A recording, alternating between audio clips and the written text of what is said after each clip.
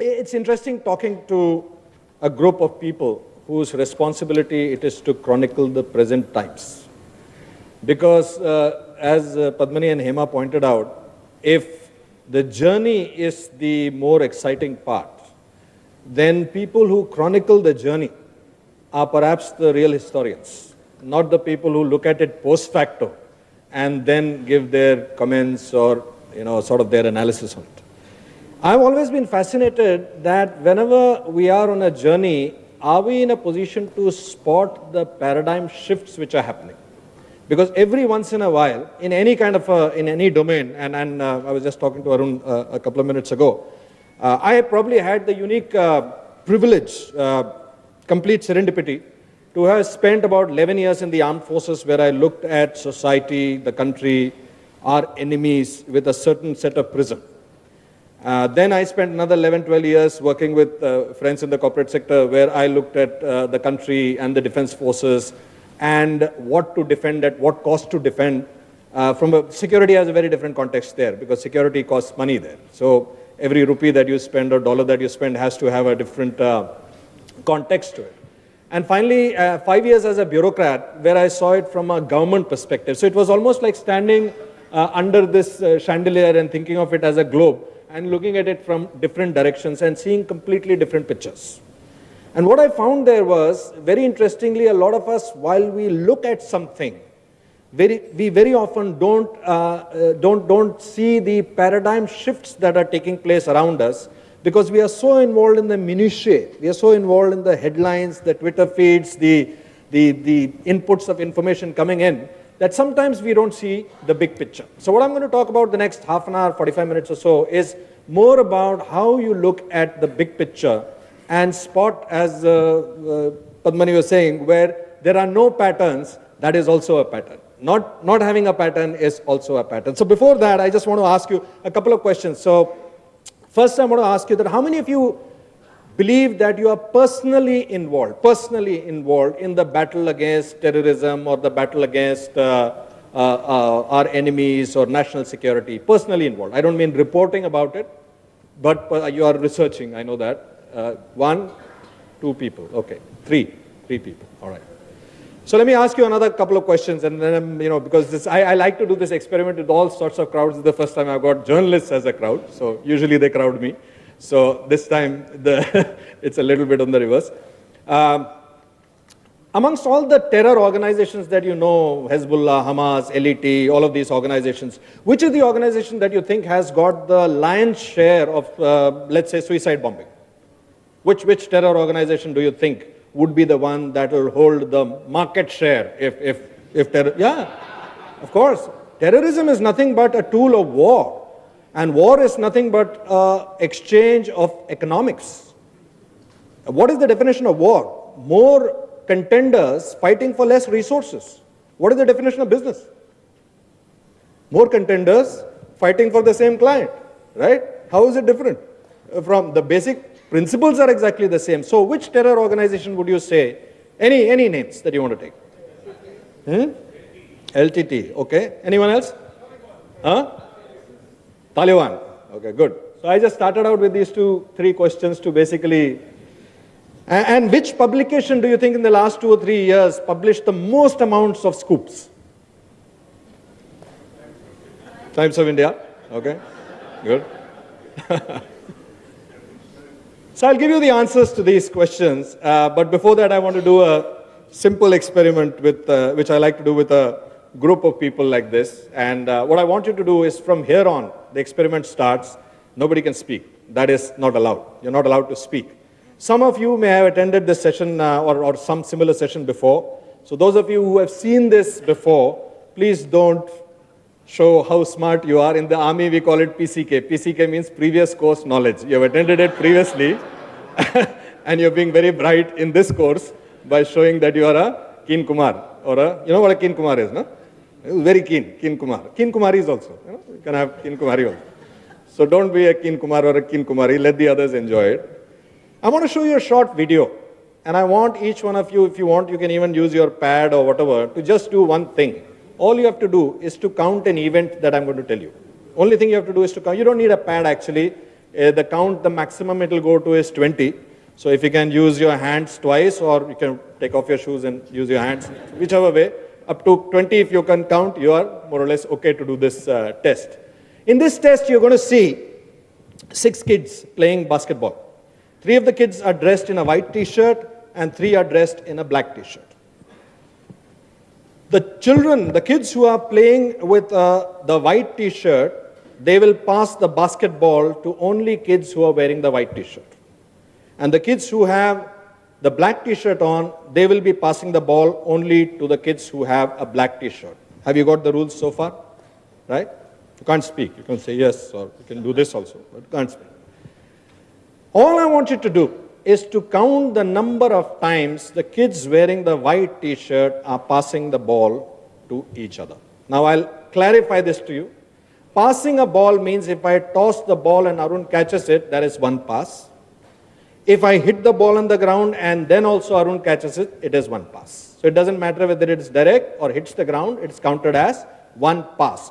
The ball changing hand from a kid wearing a white t-shirt to another kid wearing a white t-shirt is counted as 1 pass. Are we good to go?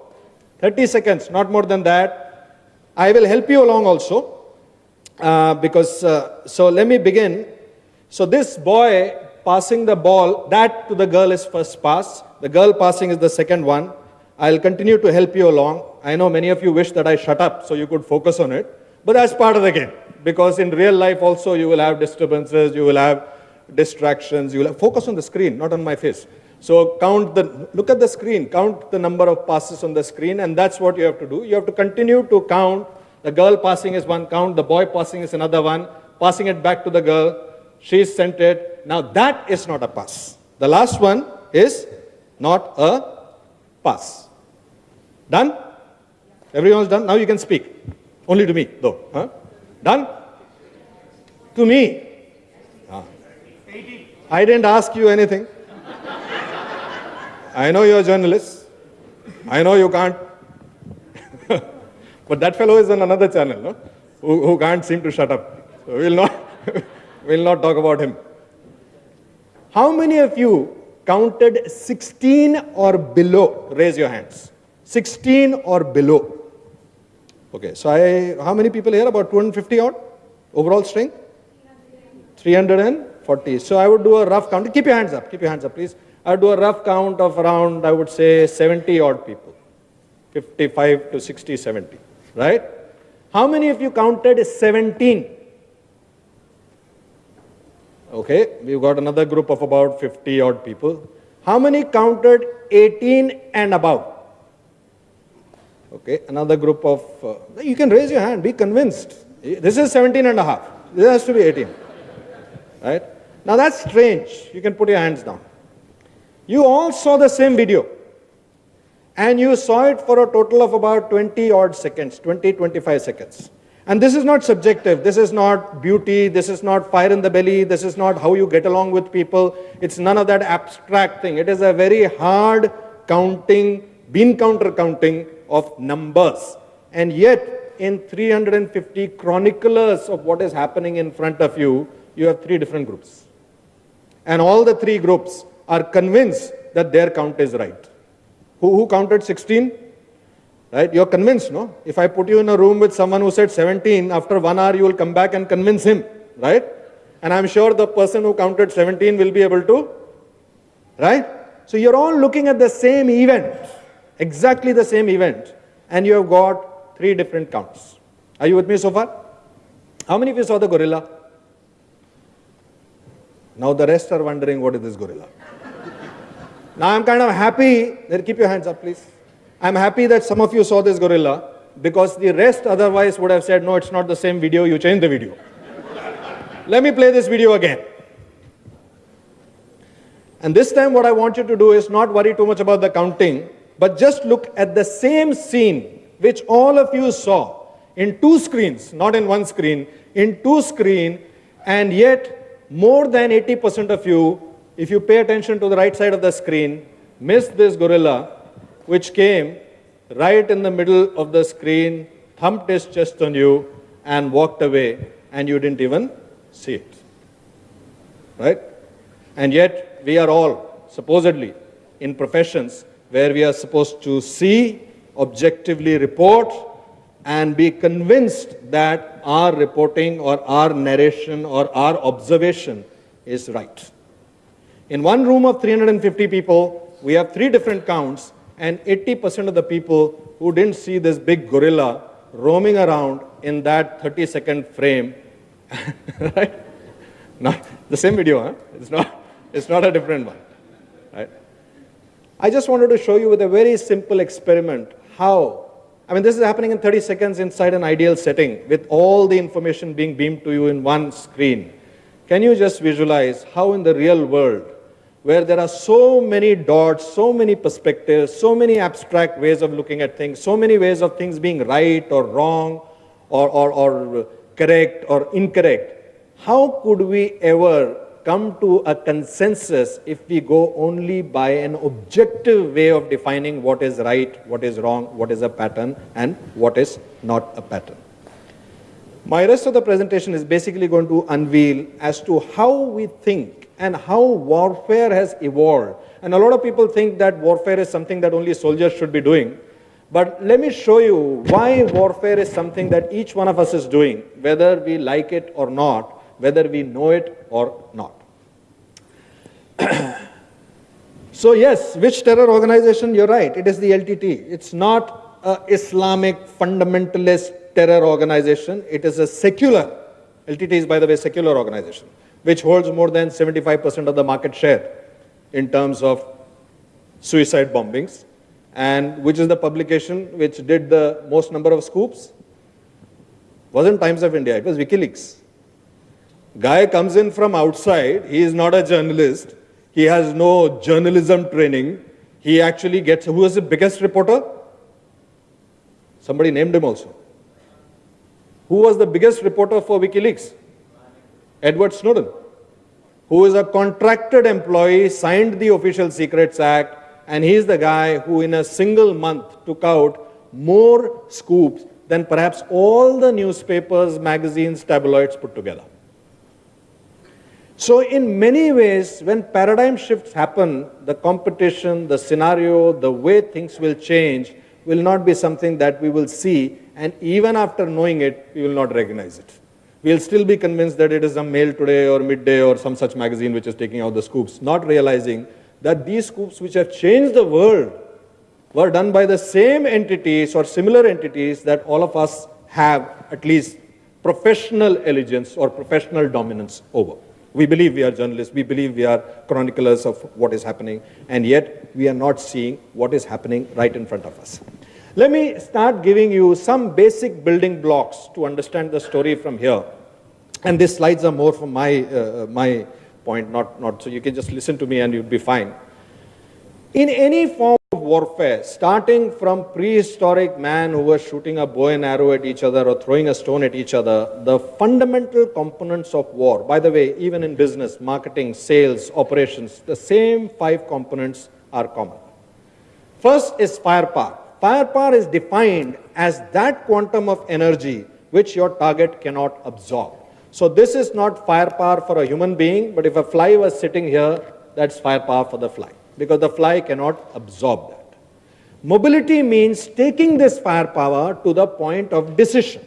So if I shoot an arrow or an intercontinental ballistic missile which travels halfway across the world, it is taking the firepower to the point of decision, where the decision will be made. Command is the overall intent, the visionary's intent, that this is what I want to do. I want to conquer the world. I want to bring happiness to everyone's life. I want to do, this is the grand statement. Control is the people who actually flesh out that statement. And finally, you have logistics, because without logistics, nothing can be fought. No marketing campaign, no sales campaign. Everything, the elements are exactly the same in business. There are 5 dimensions also of war. The first dimension, when human beings started, naturally had to be land. Are you with me? Yeah. We started fighting in land. And then that battle went on to the sea, because the first things we made after land were boats, ships, and we started fighting in the sea. Next came air. when the aircrafts were discovered, invented, you had the ability to fly over. And after that came outer space. And finally you have cyberspace, which is the fifth dimension. Are you with me so far? Now, each time the dimension changed, entire doctrines had to shift. So in land warfare, for example, if you looked at firepower, the firepower was limited because you could only limit that firepower to a certain distance. Bow and arrow, horseback, lances, whatever, it was a very limited theater of operations. When you had the sea, the dimension changed because you could now go across continents and conquer other places, the Vikings, the various seafaring nations who went out and conquered. When it moved to air, again the doctrine had to change completely. And doctrine not just in weapons, but also in command and control style. For example, when in land battles, a commander could influence the people. He could control them. So he could recruit troops who are slightly dumb because he would give them instructions. He would spell out exactly what to do. Follow me, come after me, and I'll lead. Can he do that in the sea? He cannot. In the sea, he has to choose a resourceful commander, give him general instructions, and tell him, go, discover America or discover India. He may go and discover some other continent, but he will be largely self-contained in his command, control, decision-making, logistics, and all of that stuff. Similarly, when you move to air, your doctrine had to change again completely. Command and control had to change, the style of command had to change. Outer space, of course, it had to change completely. In outer space, you don't need John Rambos, you need scientists. Because scientists can shoot down satellites, not John Rambos, they can't. So everything had to change when you shifted your doctrines and shifted your dimensions. The fifth dimension, cyberspace, introduced a completely new metaphor. Because now it was not about killing soldiers, it was not about destroying or exploding things, it was about using the network to degrade your enemy's capability of communication, essential services, and all of that. Now, till here, I'm sure all of you have heard nothing new. It may have been wrapped up nicely in one package, but all of this is something that you are generally aware and familiar with. I want to tell you a paradigm shift that is taking place in our world right now as we are talking, and that is the social media. The social media is actually, and when I say social media, again, don't take your mind please to Facebook, Twitter, this, that. Which is the most popular social media that we have in this country? Sorry? Talking to each other, talking to people, SMS. These are all social media. Social media is any media which is not controlled by one central authority, and it is social. It's communication which is social. So don't be fixated with only Twitter and Facebook and all those statistics that Padma rolled out. That is true on the digital space, but social media is social media. Rumors are social media. Trucks are getting looted in Kudlur is social media. People are not helping in a certain colony is social media. It doesn't really matter what medium it comes through, but this element changes every aspect of a combat or a war's doctrine. And let me explain to you why. And also why, therefore, the significance of understanding this space for a gathering like this one. If you look at all the first 5 dimensions, there is a commonality amongst them. Firstly, most of them are state-controlled or state-influenced. Even the biggest terrorist organization, to a certain extent, you could say the LTT, which was almost a nation in itself, they did not have an air force or a navy, or definitely didn't have outer space. So whether it's army, navy, air force, or outer space, by and large, it is only the state that can create it, the state that can fund it, and the state which can manage it. Cyberspace also, the state can control it, it can influence it. And that's why a China or a North Korea or certain times India in the valley or in certain sensitive situations, the ability of the state to just shut down or be invasive, or I know journalists have this whole, at least a group of journalists believe that organizations which are doing surveillance and taking data out and all of that, they need to be kept in check and all, but that is again a state's privilege. But social media is not controlled by any state. Matter of fact, the whole Arab Spring took place in a highly controlled Middle East environment where everything is controlled. But social media they could not control. So the first difference in this paradigm shift is that this is a space and an area which is not under state control, which in other words is not under the political or the polity's control. The state, I'm talking about democratic countries where we elect the government and make those 500 people in charge of running our lives, and we assume they will do the right things on our behalf. This medium is not in their control. So in other words, it is not in the control of 1.23 billion people. This entire space is out of any sort of a control. The second element, we have a concept in the army, and it's again, most of terminology which is used in the army finds its way in the business. Matter of fact, I must confess, I heard more military jargon in the corporate world than I heard in the military. No, it's true. Because in the army, most of the time we fight once in a while. In the corporates, you're fighting all the time, you have forgotten how to play. So, we see this jargon called the ground of tactical importance. It's correct. Any army person here? There. Then they'll correct me if my definition is wrong.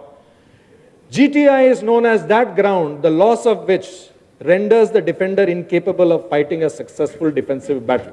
The definition is right?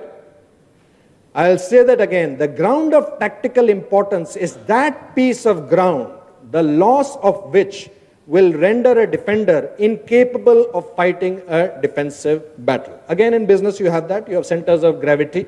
So if you're trying to, in journalism, if you try to attack, say, a newspaper like Tribune anywhere, you might be able to do it. Try and do it in Chandigarh and see what happens.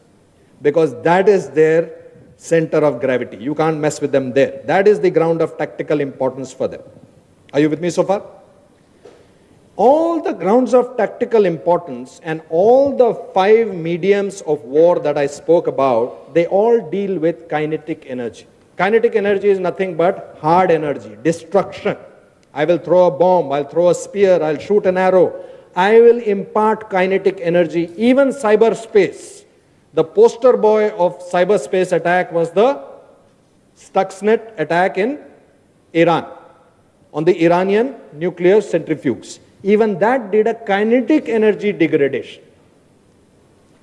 But social media attacks, they don't attack anything in the physical space. What do they attack? They attack the mind. They attack the will of the nation to fight. They undermine the faith in their leader.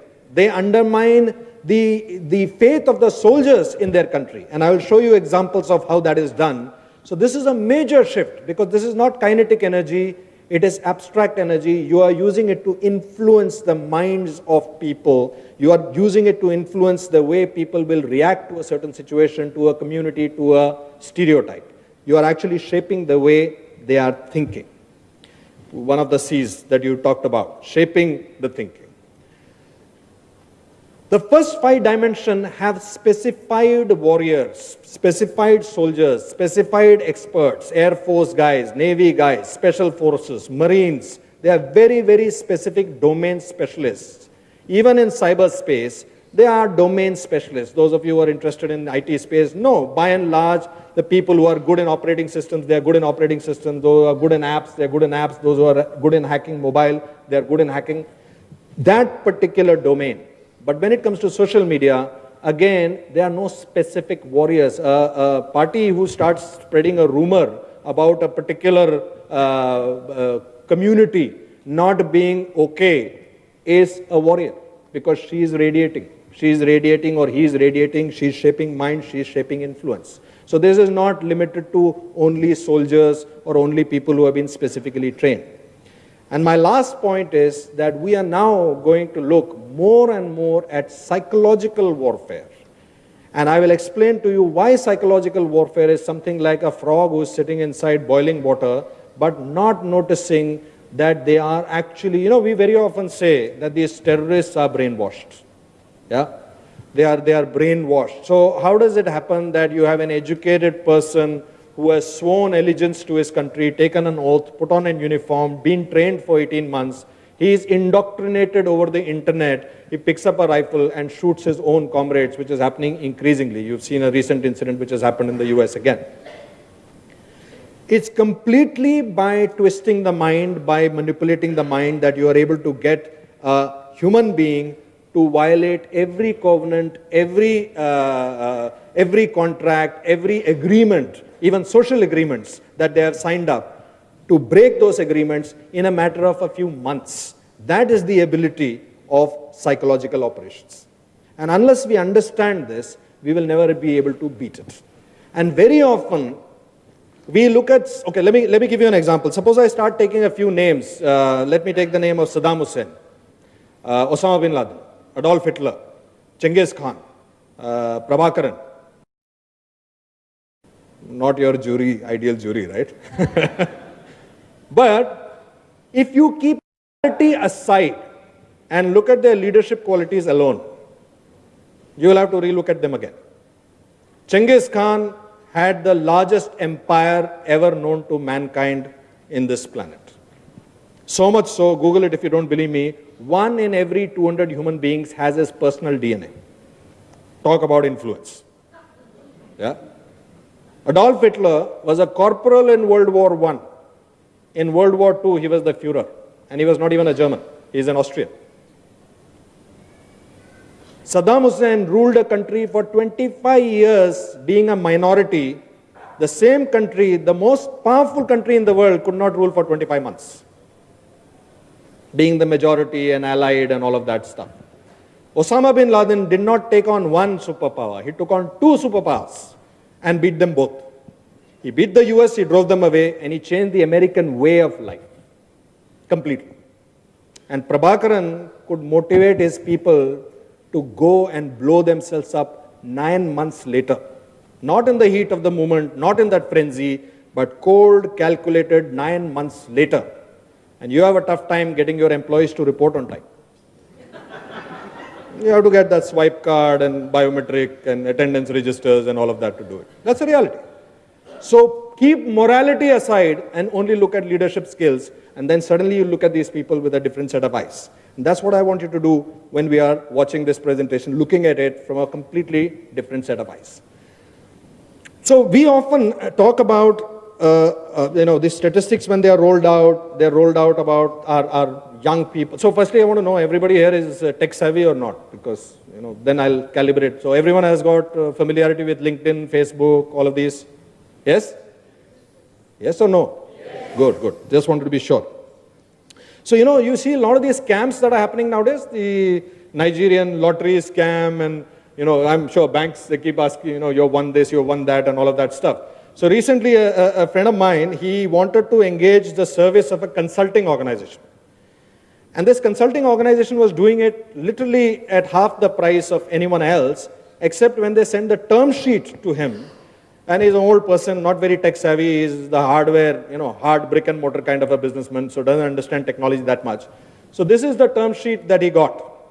I'll read out the term sheet. You grant our company a non-exclusive, irrevocable, worldwide, perpetual, unlimited, assignable, sub-licensable, fully paid up, royalty-free right to copy, prepare, derivative work of improve, distribute, publish, remove, all of that. By and large saying that if you give me any data to work with, to do your strategy, planning, whatever, that data now belongs to me in perpetuity and I can use it in any way I want. How many of you would tell my friend to sign this up? Anyone? This is the term sheet of LinkedIn. Oh.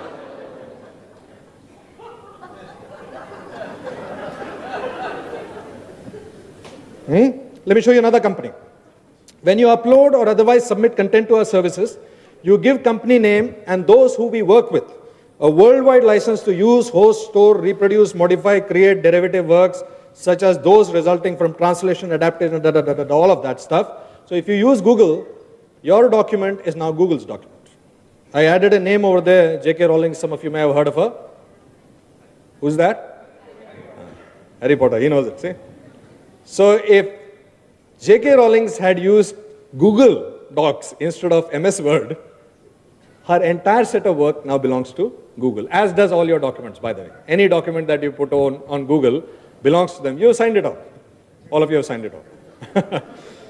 Similarly, this company is permitted to take pictures and videos with the camera setting that it allows to turn on a mobile phone at any time without the user's confirmation. It can also read the user's text. And you may not have read this fine print because they constantly keep changing their privacy policy. By the way, Facebook has 142 settings that you need to set to achieve privacy. And they change the setting every time their policy is amended, and they amend their policies about once in a month. Yeah, so you can do whatever settings you want, and every month when they change their policies, the settings will default, and you will have to go all over again. So we are talking about aware people, right? All of us are aware, digitally aware, 200, how many tweets? 200 million tweets and all of that stuff. This is our level of awareness. We are quite aware of what are, and of course, journalists will scream and shout whenever NatGrid is trying to invade on their privacy. So anyway, we'll talk about that later. So if data is the new oil, then I propose to you that we are in big trouble. And let me show you why. Firstly, our data is in the cloud. Who owns these clouds? Have you ever thought about it? Who owns these clouds? They are not owned by any Indian company. They are not owned by any entity over here. They are all owned, stored, kept somewhere else. I've put 3 figures over here, and these 3 figures are very telling figures. The first figure from the right-hand side is $11 billion, and that is last year United States commitment to climate change. 2013. United States of America committed $11 billion to climate change. $16 billion they committed to cyber offensive warfare. And $156 billion is the annual revenue of 11 companies, American companies, which do data analytics, which includes, by the way, Microsoft, Facebook, Google, LinkedIn, Twitter, Instagram, Tumblr, all these companies. That's their revenue. So if you look at the budget which is being spent, and by the way, all these companies have one common association that they are part of. They are all part of one program, which you might have heard of, which Edward Snowden told us about. Anybody? I thought there would be some IT journalists here. PRISM program. Who said that? You want to tell everybody what the PRISM program is? So PRISM is the NSA program which allows NSA to get access to all of these entities' data whenever they want. So the amount that the US is spending is 156 plus $16 billion just to suck in the new oil which is being generated all over the world. There is a company called In-Q-Tel, which some of you may have heard the name of, In-Q-Tel. In-Q-Tel is a CIA-funded company, openly traded in the stock exchange. Its job is to fund companies which will produce tools that will assist the US intelligence in safeguarding US interests. This tool, the project name for this tool was Project Keyhole. Have you heard of it? Anyone? No? What this keyhole does is, it creates hundreds and thousands and millions of agents all over the world. And these agents will note down and mark on the map every physical location. So even if there are certain areas where there are no marking, like for example Pokhran, where nobody can go and mark, that also shows as a black patch on the map. And that black patch is also data.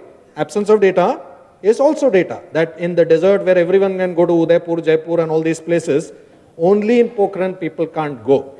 This product in its commercial name is known as Google Earth.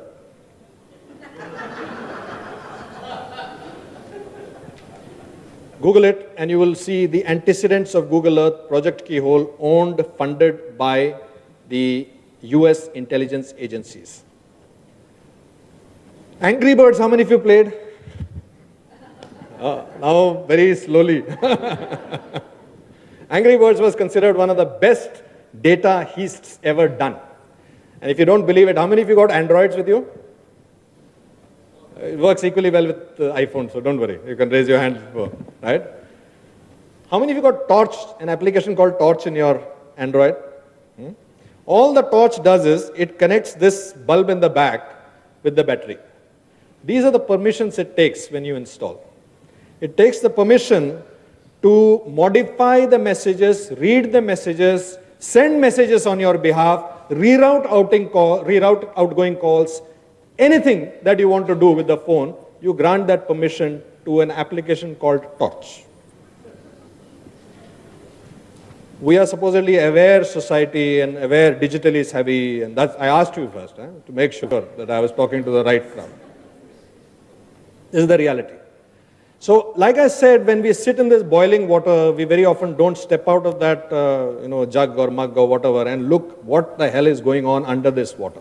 This is what is going on, and let me tell you how the situation is getting slightly worse. Firstly, there are 108 countries which have a dedicated cyber offensive wing. When I say cyber offensive wing, it doesn't necessarily mean just to take down an ATC or to bring down the electrical grid. It is to craft messages, it's to shape the way people are thinking. It is to tweet, it is to create mangled images, photoshopped of gods of a certain religion being defiled and put out there, of another religion being shown in very humiliating pictures and put out. We trap hundreds of such pictures being generated and put out there. This is the part of such wings. And amongst these 108 countries, there are countries like Ethiopia. Remember one thing, the underdog will always be much faster in adopting and leveraging new technologies in ways that you can't even imagine. It will only be, remember the guy who used 5 planes to bring down World Trade Center? He converted a regular plane into a bomb. Until then, nobody had thought that it could be done. We have technology, anyone heard of this? Femtocell? Have you heard of this tool? Femtocell? Femtocell is built in your backyard tower, which if you build and place outside this hotel, all your calls will be routed through that tower. Like the famous man-in-the-middle attack, which used to be there in hacking. If you create a tower called the femtocell here, it's called the femtocell, if you create that tower here, every signal that is emanating from your phone, your SMS messaging will go through that tower and then go to your carrier. And this femtocell is something that you can build for less than a lakh and a half, buying all the equipment that you need off Radio Shack through internet. You can buy it off the internet and you can build it, and all the plans of how to do it. So you see how crime is changing. Even if you look at something like 2611, those of you who watch the operations on TV, the 10 men who were attacking Mumbai were being guided step by step. They had electronic GPS devices, they were on the radio, they had Inmarsat cells, sat phones, they were being given command and control instructions step by step by step. That's the bad guys. The good guys did not even have a floor map of the hotels. They were drawing it on pieces of paper and passing it on. That floor map was available 80 meters away in the Brihan Mumbai office. But they had no ability to digitally. This country, which is supposed to be a digitally connected country, could not get that floor map to these commandos for them to be able to do their job. So just look at the asymmetry here when we are talking about technology leveraging by the good guys and by the bad guys. I like to use this phrase, Colt equalizer. Those of you who've been reading Westerns as kids would know that Samuel Colt is the person who invented the Colt pistol. And he labeled his first pistol the Colt equalizer. Why was it called the equalizer? Sorry? Because it would equalize a 6'6" cowboy with a 5' nothing cowboy. They are both equal now. Actually, the 6'6" guy is at a disadvantage. He's a bigger target. Right? So one piece of metal equalized that big man and the small man, and I propose to you that social media as a weapon in the hands of people who want to misuse it will actually level the playing field, and even the mightiest of countries, mightiest of most tech-savvy population will not know what's going on, because this Colt equalizer will take them out and they will not even understand how and when and where it happened. War doctrines are also changing, and I want to give you some examples here. You might have heard a little while ago this story about some nuclear scientists being killed in suspicious circumstances. I'm sure journalists would have heard this story, right? You do read your stories that you write, right? You heard of this site called Ashley Madison? Yes? Who? Huh? Okay. We have a couple of people who know about Ashley Madison. So Ashley Madison is a site for those of you who don't know, 1% in this room, is that site which encourages, it gives a forum for people who want to commit adultery. So that site was hacked, and after the hacking of that site, the data which was taken from there, we know for a fact that that loss of data has, at least on 3 or 4 cases, propelled certain people to commit suicide. Because the fact that they have committed adultery, if it is known in the society, they consider a fate worse than stepping off a ledge and killing themselves.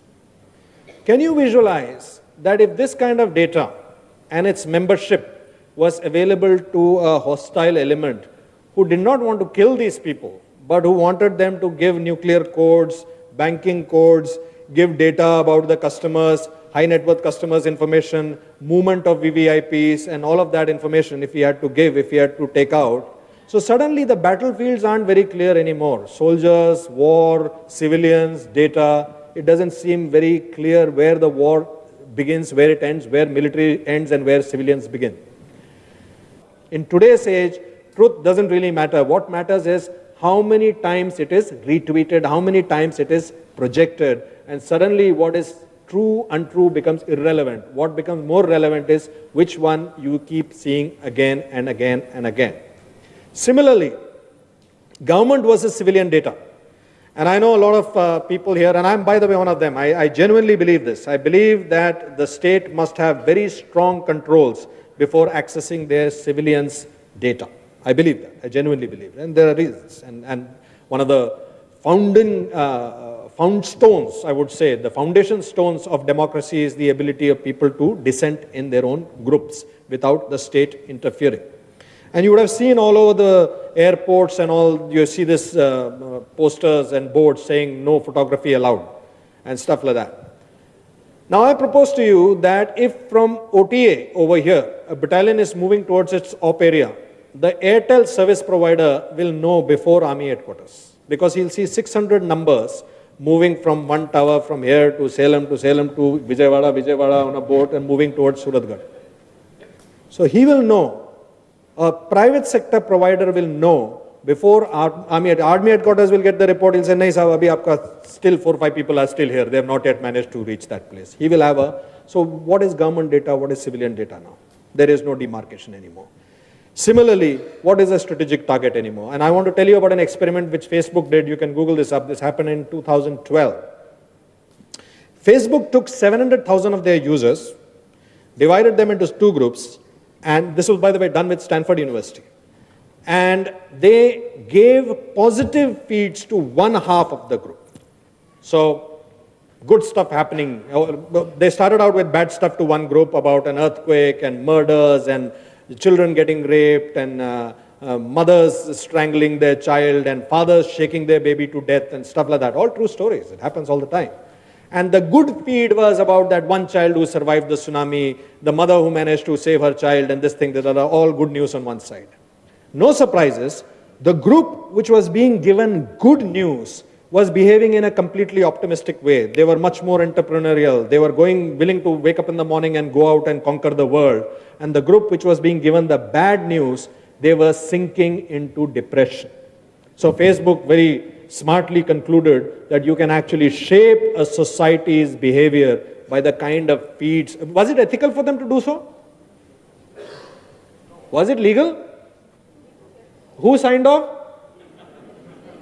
By the way, in your term, you've also signed off that my data and me can be used for research purposes. This was the research, right?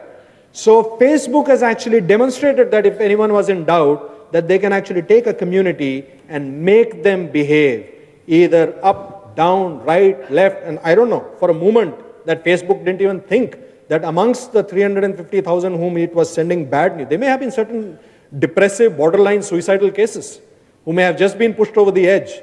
But that is the capability today of social media. You can actually make people disbelieve in reality or believe in your version of the reality.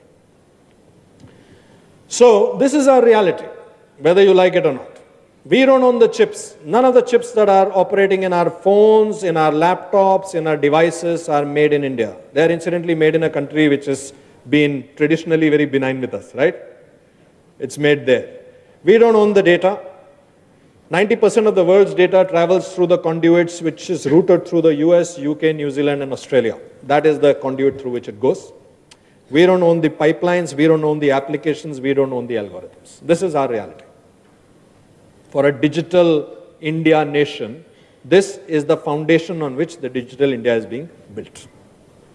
So, what are the answers? I think the first is to understand that we are in the midst of a dimensional shift. There is a dimensional shift that is happening here. The world is changing, and the world is actually changing from complicated to complex. And I want to take 1 minute to explain the difference. And I think it's very important, very, very important for this audience to understand the difference between complicated and complex. Complicated is like a game of chess. How many of you play chess? Incredible game and incredible possibilities. So the first two opening moves, there are 400 possibilities of how you can open. Go 4 moves and it becomes 72,840 ways, above 72,000. Go 6 moves into the game, it is 200 billion possibilities. 8th move into a game, you are playing a game which has never been played before. Are you with me so far? But even in that complicated nature of the game, there are rules. The rule is a knight can only move this way, king can only move this way, queen can only move this way. I will play once, you will play once, and those are the rules. And that is a complicated world. The complex world is completely different. I don't know how many per minute, or I think it's every 3 minutes or something, a woman in India gets raped, right? Whatever the statistics is, horrific statistics, but that is the statistics. Yet, 3 years ago, when one girl gets raped in Delhi, the whole nation goes up in flames. Girls get raped before her, girls get raped after her, nothing happens. People commit suicide, they self-immolate, they protest against their governments all the time, and yet again in December, 5 years ago, one man in Tunisia burns himself up and regimes change. Countries change, boundaries of countries change. So if complicated world is like a game of chess, complex world is like a game of snooker. In snooker you have 22 balls, 10 balls less than chess.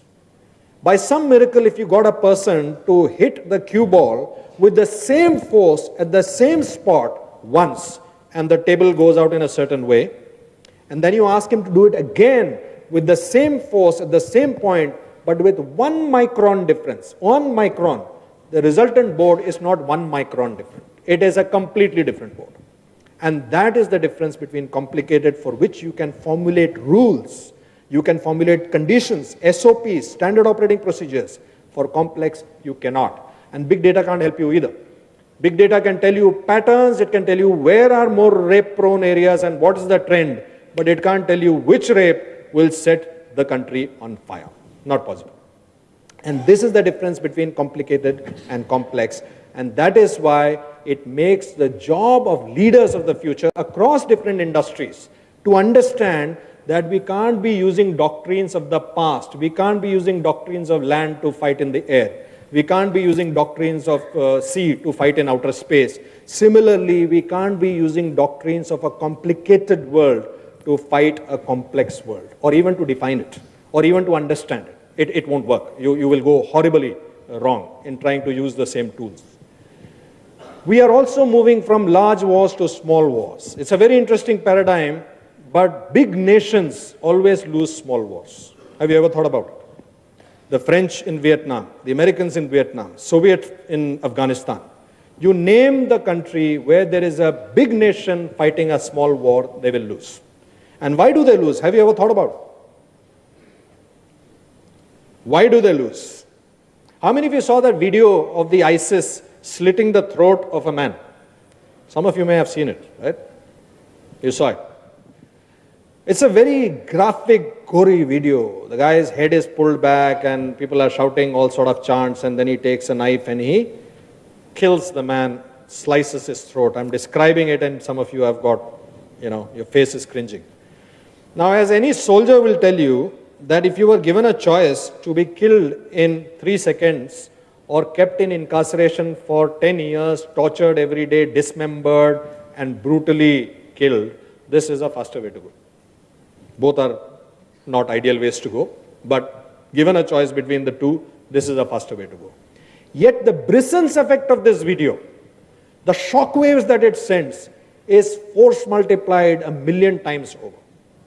So just that one video is getting more brisance effect than all the carpet bombing and missile strikes and drone war and air force bombing that a large country is able to do, because the small country is playing with the mind of the citizens of the big country.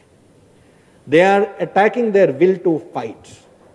The Americans had to withdraw from Vietnam not because they lost a huge amount of soldiers. The total involvement, if you look by population, was less than 1% in Vietnam. But they couldn't take the body bags coming back home. Similarly, the Soviets had to withdraw from Afghanistan because they were not able to take the Taliban over there in one-on-one gun battles, but because they could not take them in a psychological war. And the wars of the future will be fought in the battle in the mind space. They won't be fought on ground. Our India's 3 armored divisions, which are sitting in Patiala, Hisar and Babina, are of little use if you are going to do a battle of the mind, where Indians will say, why are we fighting? What is wrong? Why is our political leaders? I'm not very sure. Maybe he's corrupt. Maybe he's trying to... So you are undermining the will of the nation to support the cause of their soldiers. Soldiers are not going to fight, because soldiers don't fight because they hate the enemy in front. They fight because they love the country in the back. Now, there itself they are having doubts. Ki aap kyun lad rahe ho? Why are you fighting? What is the rationale? You are a Sikh. He is a Punjabi. I was telling you this story that recently when the floods were happening here in Chennai. So this is an actual story. It happened, there was a Khalsa Sikh, there you are, from one of the Sikh units who was an army guy, and he was involved in this rescue. So we have a standard format: women, children first, then old people, and then able-bodied people. So this another person who was also a Khalsa, he kind of sidled up to this soldier and told him, yaar, main Punjab da hu, mere ko chadha do pehle boat mein. So the soldier told him, साहब आप पंजाब के हो, मुबारक हो, लेकिन मैं तो Indian army का हूँ, मैं तो भारतीय, तो मेरे को अपना काम करने दो, आप पीछे आओ लाइन में. Now that will of a unified homogeneous unit is being attacked through social media. So they don't need to bomb our buses and kill our people or place landmines or IEDs. All they need to do is to undermine the will of our countrymen, our soldiers, our politicians, our populace. If that will is shaken, the battle is already half lost. So we also need to develop new doctrines. And when I say new doctrines, it means, I'm not trying to plug the title of the book, but it is now every man's war. It is not a soldier's war. It is not a trooper's war. It is not a Ministry of Home's war. It is every person's war. I often ask this, not just in places like this, I ask my friends, that we teach our children how to hold their cutlery, we teach them how to greet people. Have you ever taught them what to do in a stampede? Do your children know that if the gunshot's fired and people start running around, what should they do? Do they know how to identify that this is a gunshot? If there is a fire, if there is panic happening, you give them the latest mobile phones. Do they remember even one phone number if they have to call from someone else's mobile? Do you even do that? So at some places we have to start understanding that now the world that we are facing is not going to be this line, on the other side of the line the enemy, or on this line good guys. Now the battlefield is all mixed in. Now you don't know who is a soldier, who is a terrorist, who is, you've seen it, it's happening in the US. Good couples, good American citizens are one day picking up a gun and going out and shooting people. And my first question now, how many of you personally think that you are in a battlefield? Good, I have achieved my aim. Thank you very much. Thank you.